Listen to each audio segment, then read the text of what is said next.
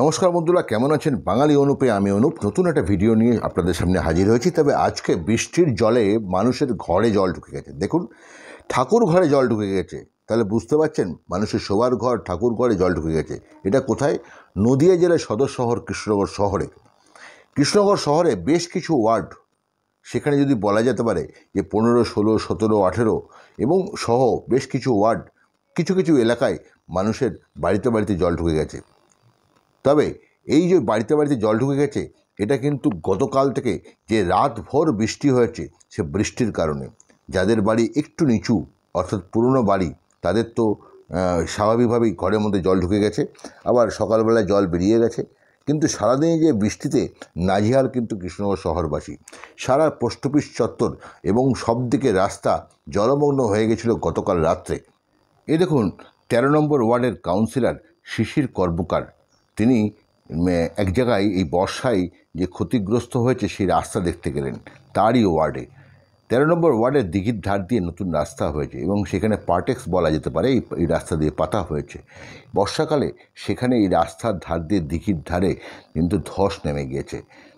তিনি অনেক কিছু দাবি করেছেন। তিনি দোষারোপ করছেন কৃষ্ণনগর পৌরসভাকেই।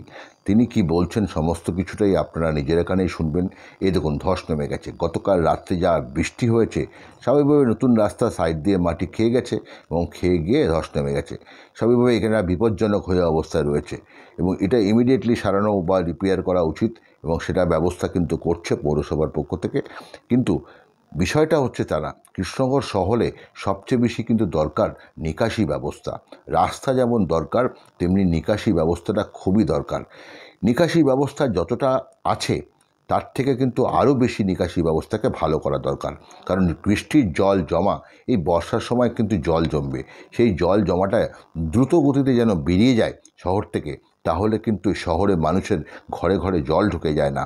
যেমন কৃষ্ণনগরে যদি বলা যেতে পারে 15, 16 নম্বর বা 18 নম্বর পাশাপাশি যে মোংলাপুরের রাস্তা, সেটাও কিন্তু খুব ভয়ানক অবস্থা হয়ে থাকে।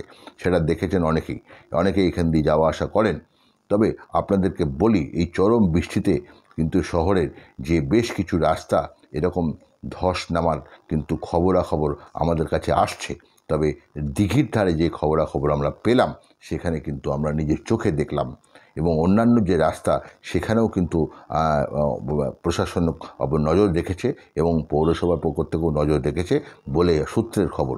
তবে এই বিষয়ে শিশির কর্মকার কি বলছেন সেটা কিন্তু মন দিয়ে শুনবেন। এরপরেই কিন্তু শিশির কর্মকার অভিযোগ তুলছেন যে কার বিরুদ্ধে, কেন, কি বিষয়, সম্পূর্ণ কিন্তু আপনি শুনতে হবে, কারণ তাহলে আপনি পরিষ্কার হতে পারবেন। তবে 13 নম্বর ওয়ার্ডের যিনি কাউন্সিলর এবং তিনি যে অভিযোগটা করছেন, সেটা আপনারা নিজের কানে শুনুন যে কার বিরুদ্ধে অভিযোগ করছে। আপনারা নিজের কানেই শুনুন। সবচেয়ে বড় কথা হচ্ছে, আমি এই ওয়ার্ডের কাউন্সিলর।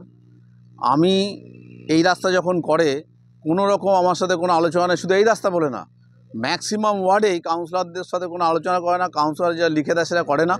এই রাস্তা কোনো টেন্ডার ছাড়া হয়েছে, টেন্ডার ছাড়া করেছে।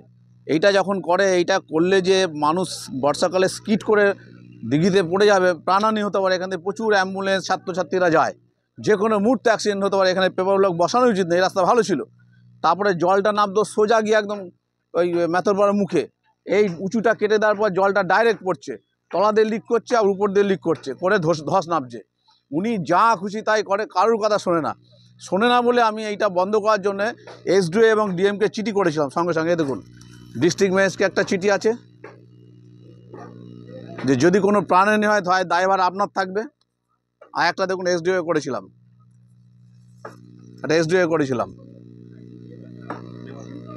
এবং সঙ্গে সঙ্গে এসডিও ডিএম সঙ্গে সঙ্গে ইনস্ট্রাকশন দিয়েছিলেন যাতে সায়েন্টিফিকভাবে এটা করা হয়। এটা ইনস্ট্রাকশন দিয়েছিলেন, কিন্তু তিনি তার কোনো কর্ণপাত করেননি। প্রশাসনের কথা কোনো কর্ণপাত করেননি, যার জন্য আজকে এই পরিণতি। যে কোনো মুহূর্তে এই রাস্তা ধসে যে কোনো মুহূর্তে প্রাণহানি হতে পারে। এখানে সাধারণ মানুষের, অনেক গরিব মানুষ কষ্ট করে ঘরবাড়ি করে বসবাস করছে, অনেক টাকা খরচ করে, সে ঘরবাড়ি ধসে পড়তে পারে। এর যদি কিছু হয় সম্পূর্ণ দায়ী থাকবে চেয়ারম্যান। কোনো কথা শোনে না চেয়ারম্যান।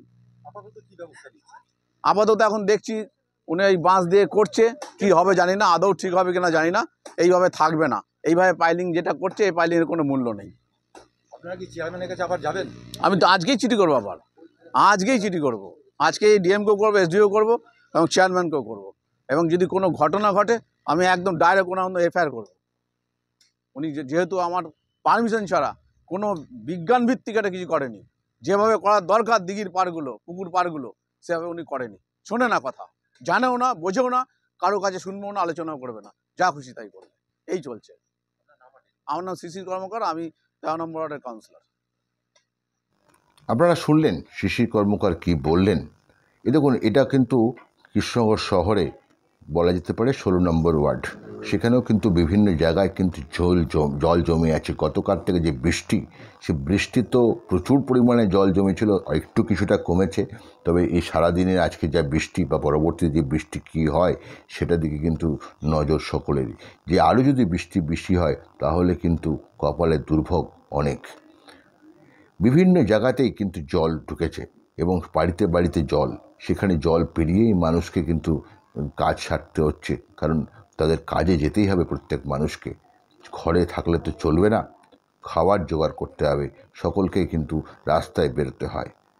এবং এই যখন একটা বাড়িতে পুরো কিন্তু ঘরের ভেতরে জল, এবং সেই জল কিন্তু থাকাতেই তারা সেই বাড়ির লোকজন কিন্তু তারা অন্যত্র রয়েছে, কারণ এই জলের মধ্যে তো আর থাকা যায় না, পোকামাকড় সব কিছু আসতে পারে। তাই জন্য সকলেই কিন্তু সাবধানতার বজায় রেখে অন্যত্র কোথাও আছে। এটা যেমন অরবিন্দ রোড, এই অরবিন্দ রোডেও কিন্তু জলমগ্ন হয়ে আছে, একদম কিন্তু কানায় কানায় জল। রাস্তা কিন্তু দেখা যাচ্ছে না, মনে হচ্ছে যেন নদী, দু সাইডে বাড়ি। এটা বউবাজার বৈষ্ণবপাড়ার ভেতরে, এই বউবাজার বৈষ্ণবপাড়ার ভেতরেও কিন্তু প্রচণ্ডভাবে জল, চারিদিকে জল, ঢালাই করা রাস্তা, কিন্তু সে আর ড্রেন সব একসাথে, মনে হচ্ছে যেন নদী আর নদী। এই অবস্থায় কিন্তু শহরের মানুষকে থাকতে হচ্ছে। তবে নিকাশি ব্যবস্থা থাকলেও সেই নিকাশি ব্যবস্থা আরও ভালো করা দরকার, সেটা কিন্তু কৃষ্ণনগর শহরের মানুষ কিন্তু বলছে। তবে আগামী দিনে কৃষ্ণনগর শহরের মানুষ জন্য এই নিকাশি ব্যবস্থা ভালো করবে, তা দাবি সকলেরই। দেখা যাক আগামী দিনে এই দুর্ভোগ কাটে কিনা।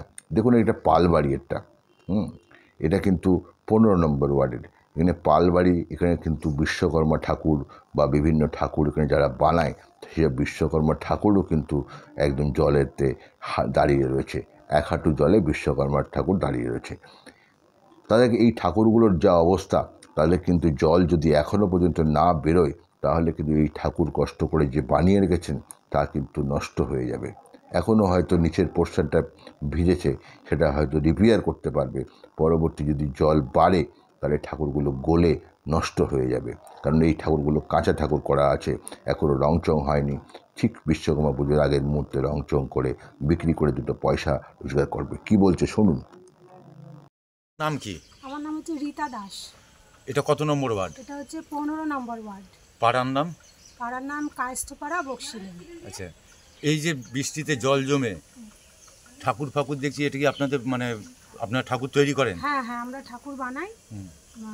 কিন্তু এই যে জল, কালকে প্রচণ্ড বৃষ্টিতে এই যে জল উঠে পুরো ঠাকুরের ইয়ে শেষ, পুরো মাটির কাজ তো গলে শেষ পুরো।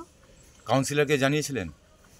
কাউন্সিলরকে জানাবে, এখানে তো জল ওঠেই, মাঝে মাঝে তো জল উঠে, ড্রেনে সবসময় জল থাকে, পাম্পের ওখানে ব্যবস্থা আছে, কিন্তু পাম্পটা চালালে এই জলটা উঠতো না। কেন পাম্প চালায় না কেন সেটা তো বলতে পারবো না। পাম্প তো ওখানে কত বছর ধরে পাম্প আছে, এতদিন ধরে জল এতটা উঠতো না, কিন্তু কালকের এই এত বৃষ্টি, ড্রেনে তো অলরেডি জল ছিলই, ওদিকে পেছনে পুকুর ভরেছিল, ব্যাস পুরো জল এখন বাড়ির মধ্যে দিকে ঘরে মরে সব জল তো আমাদের।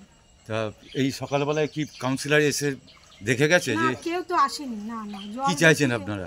জলটা নামাতে হলে সব তো শেষ, মাটি গলে শেষ, পয়সা পুরো গেল, ওদিকে ঘরে জল। আপনার কাউন্সিলরের নাম কি? আমাদের কাউন্সিলর তো ভাইস চেয়ারম্যান। ওনার নাম কি? ভাইস চেয়ারম্যানের নাম কি আপনাদের? ভাইস চেয়ারম্যানের নাম হচ্ছে নরেশ চন্দ্র দাস। উনারই ওয়ার্ড এটা? হ্যাঁ হ্যাঁ হ্যাঁ।